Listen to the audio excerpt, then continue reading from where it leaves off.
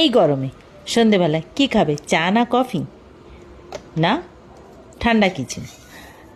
ঠান্ডা যদি কিছু খেতে চাও তাহলে আমার মতো এরকম ন্যাচারাল পদ্ধতিতে মকটেল বানিয়ে নাও,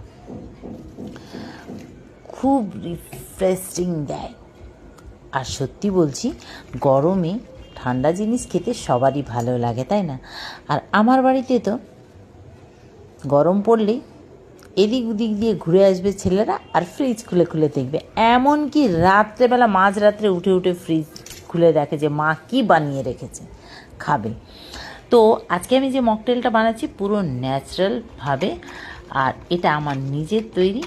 তোমরা যারা যারা মকটেল খেয়েছো কোনো মেলায় বলো বা বিয়েবাড়ি অনুষ্ঠান বাড়ি বা কোনো মলে বলো, এখন তো সব জায়গায় মকটেল, বিয়েবাড়ি অনুষ্ঠান বাড়িতে মানে ড্রিঙ্কসে মকটেল থাকি।